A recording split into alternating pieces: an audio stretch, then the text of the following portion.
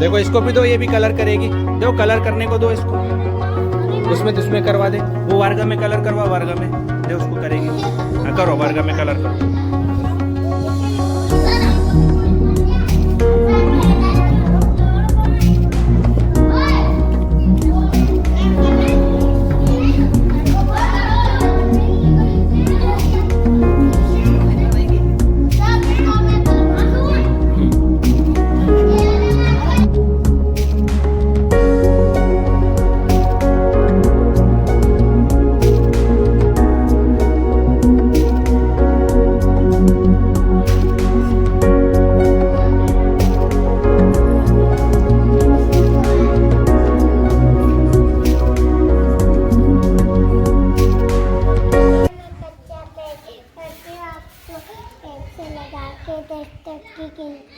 हाँ बताओ, कहाँ है बताओ।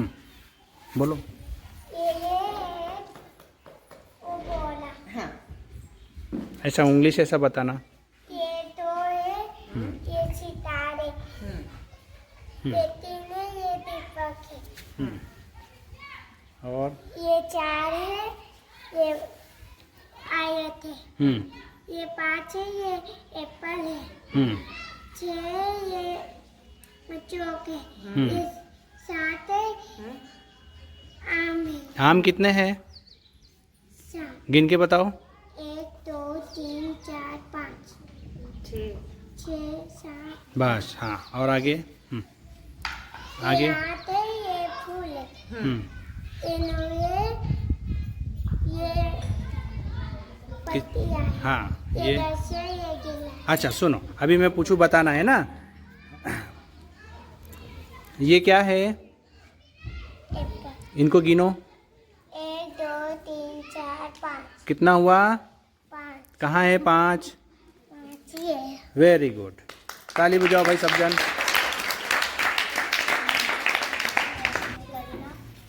नमस्ते, मेरा नाम है करीना, मैं कक्षा चौथी में पढ़ती हूँ। मेरी स्कूल का नाम है एकीकृत सामावी मोठापुरा। मैं आपको संख्याओं का स्थानीय मान बताऊंगा। बताओ। दहाई, सैकड़ा, हजार, 10,000, लाख, 5 लाख 12,000 347। 347। इसमें हाँ बोलो। ये 7 इकाई के स्थान पे, तो 7 में 1 का गुणा करेंगे तो 7 गुणित 1, तो 7 का स्थानीय मान हुआ 7। हाँ फिर ये 4 दहाई के स्थान पे है, तो 4 में दहाई के 10 का स्थान 4 में 10 का गुणा करेंगे तो 4 गुणित 10, तो 4 का स्थानीय मान हुआ 40। हाँ। ये 3 सैकड़े के स्थान पे है, तो 3 में 100 का गुणा करेंगे तो 3 गुणित 100, तो 3 का स्थानीय मान हुआ 300। 2000 के स्थान पे है, तो 2 में ये 1000 का गुणा करेंगे तो 2 गुणित 1000, तो 2 का स्थानीय मान हुआ 2000। Very good. हाँ। ये 10,000 के स्थान पे है, तो 10 में 10,000 का गुणा करेंगे तो 1 गुणित 10,000, तो 1 का स्थानीय मान हुआ 10,000। 10,000। ये 5 लाख के स्थान पे है, तो 5 में 1 लाख का गुणा करेंगे तो 5 गुणित लाख, तो 5 का स्थानीय मान हुआ 5 लाख। मैं आरती मंडल में कक्षा 5वीं में पढ़ती हूँ। मैं शाला का नाम है सामाई मोठापुरा। मैं आज आपको केक में छुपी हुई आकृतियों के बारे में बताऊंगी।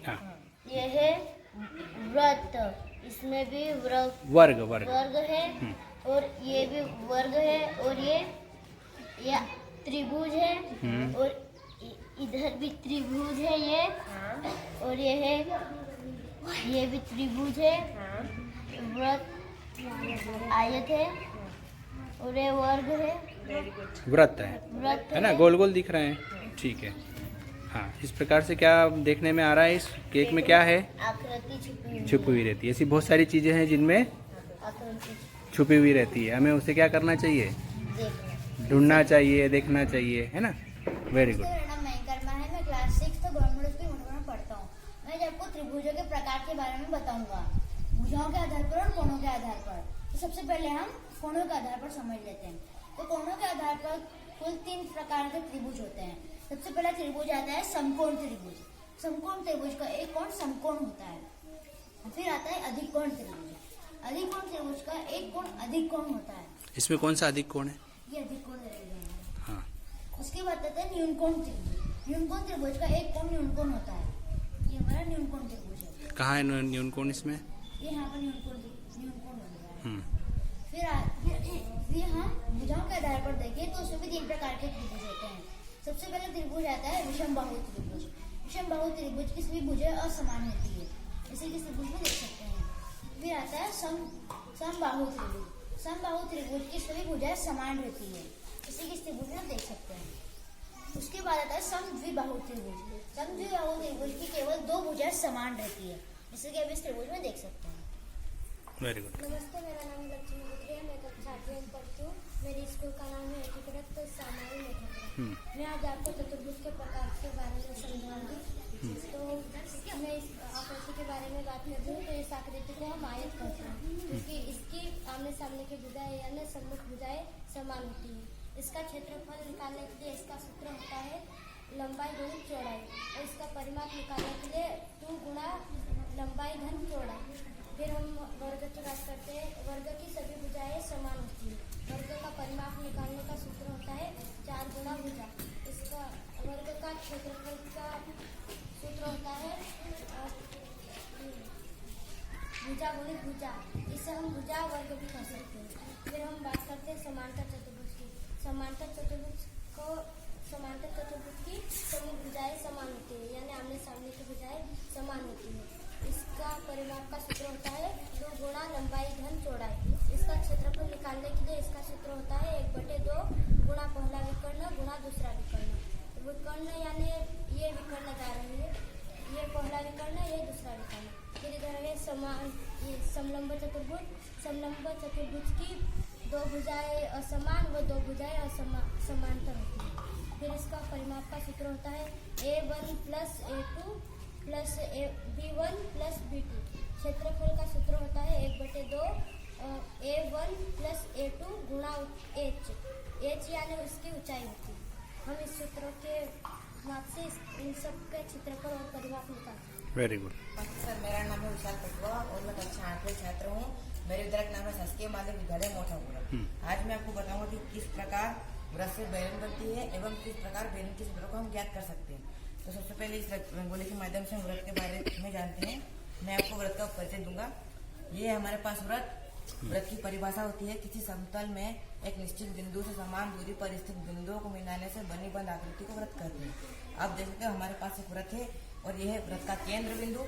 हर वृत्त का एक केंद्र बिंदु होता है। यहाँ इस वृत्त का भी एक केंद्र बिंदु है। केंद्र बिंदु से होकर एक रेखा परिधि की ओर जाने वाली रेखा को जो खींची जाती है इसे हम त्रिज्या कहते हैं। 2 त्रिज्या के बीच जो जगह है इसे हम त्रिज्या खंड कहते हैं। त्रिज्या का 2 गुना हो गया वृत्त की व्यास। ये व्यास है जिसे सबसे बड़ी जीवा भी कहा जाता है।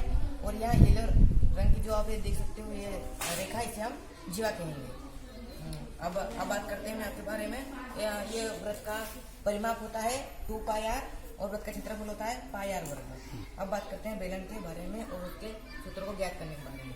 बेलन की भी एक परिभाषा होती है किसी वृत्त की परिधि पर लंब रूप से हमेशा किसी समांतर सरल रेखा के घूमने से जिस पिंड का निर्माण होता है उसे बेलन कहते हैं। आप देखते हैं हमारे पास ये बेलन है। अब हम इसका वक्र पृष्ठ क्षेत्रफल को ज्ञात करने का सूत्र निकालेंगे कैसे। तो जैसे वक्र पृष्ठ किसे कहेंगे, ये बेलन है और इसका जो ये वाला भाग है, जो ये वाला भाग रहता है इसे हम कहते हैं वक्र पृष्ठ। जैसे हम उस वक्र पृष्ठ को खोलते हैं तो आयत का रूप लेता है और आयत के क्षेत्रफल का सूत्र होता है लंबाई गुणा चौड़ाई। जब हम इसको खोलेंगे तो लंबाई गुणा चौड़ाई यानी कि आयत के क्षेत्रफल में हम मान रखेंगे। तो जैसे हम आयत को बेलन बनाएंगे तो आयत की जो चौड़ाई है वो बेलन की मतलब वृत्त की परिधि बनती है और आयत की जो लंबाई है वो बेलन की ऊंचाई बनती है। तो हम लंबाई गुणा चौड़ाई में मान रखेंगे परिधि गुणा ऊंचाई। तो हमारा वक्र पृष्ठ क्षेत्रफल निकलेगा 2πr। अब बात करते हैं आयतन के बारे में। ये बेलन है, इसको हम जहाँ पे भी रखेंगे और कितनी जगह वो घेरेगा और कितना उसके अंदर समाएगा, ये हो गया उसका आयतन। आयतन के लिए होता है आधार का क्षेत्रफल गुणा ऊंचाई। आधार का क्षेत्रफल यानी कि बेलन को हम रखेंगे तो आधार का क्षेत्रफल यानी कि जो घेरी जगह वो हो गया आधार का क्षेत्रफल यानी कि वृत्त। बेलन में से रखेंगे ना उसका वृत्त का क्षेत्रफल निकलेगा नीचे, क्योंकि वही आधार है। तो वृत्त का क्षेत्रफल होता है πr वर्ग। और इस वाले वृत्त का हम निकालेंगे आयतन के बारे में। तो वृत्त का क्षेत्र गुणा ऊंचाई तो πr वर्ग गुणा h हो जाएगा। तो हमारा आयतन का क्षेत्र निकलेगा πr वर्ग h। अब बात करते हैं इसका संपूर्ण संपूर्ण पृष्ठीय क्षेत्रफल के अंदर इस वाले वृत्त का क्षेत्रफल, इस वाले वृत्त का क्षेत्रफल एवं इस वक्र पृष्ठ क्षेत्रफल तीनों का योग।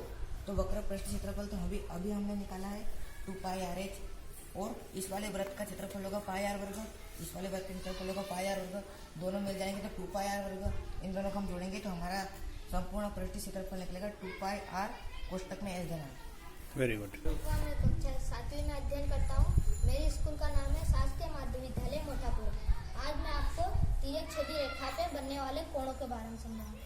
तो सबसे पहले दो समांतर रेखा कितनी भी लंबी खींची जाए पर वो आपस में कभी नहीं मिलती, और उस पे उन दो समांतर रेखाओं को जो काटती हुई जाती है रेखा, उसे हम तिर्यक छेदी रेखा कहते हैं।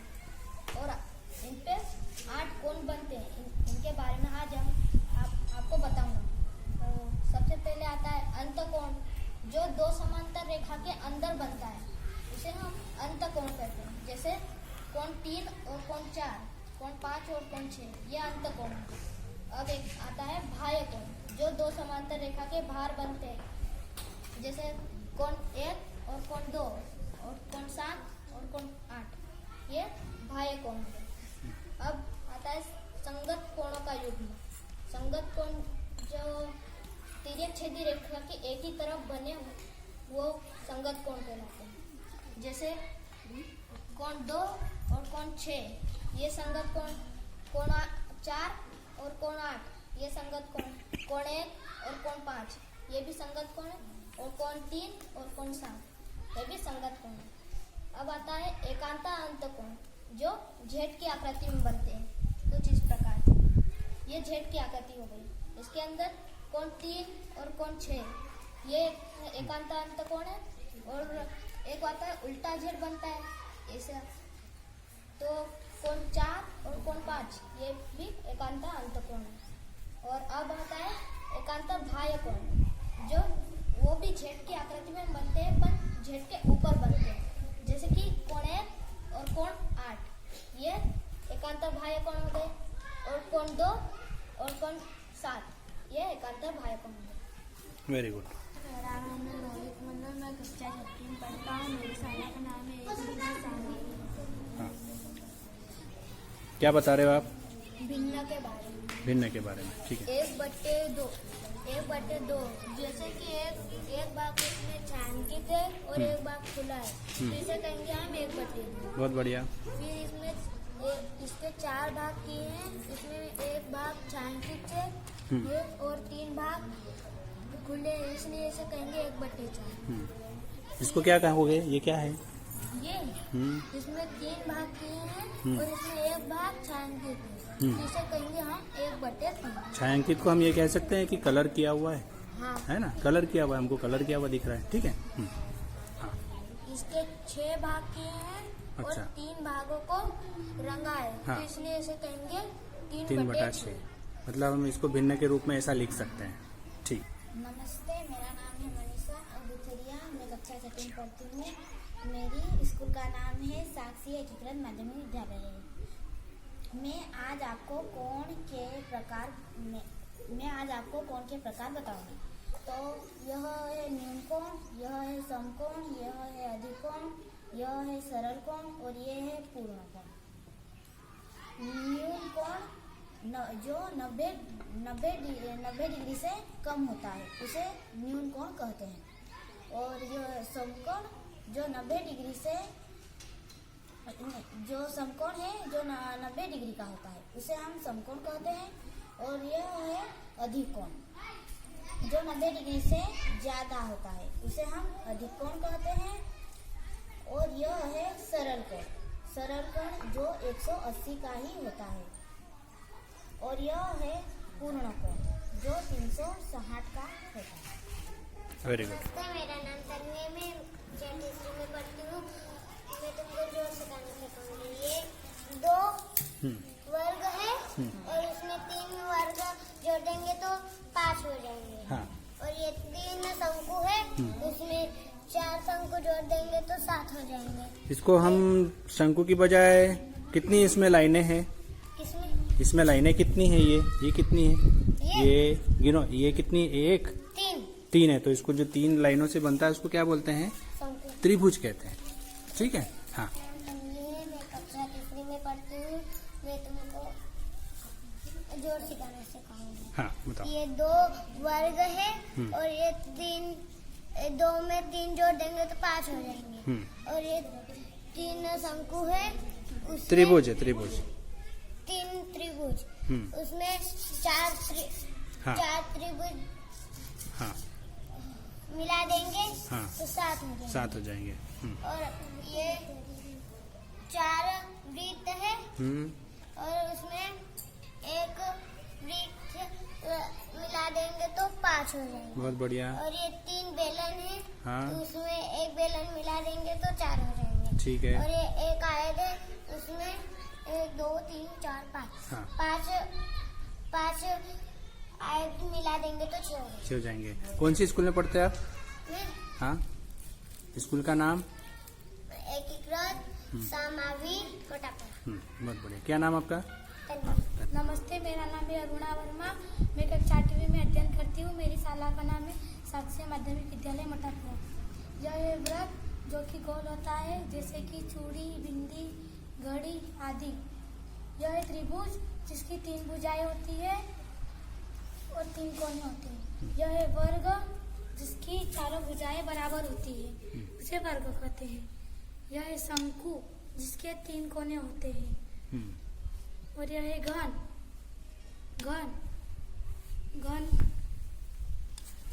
यह है आयत जिसकी आमने सामने की भुजा बराबर होती है।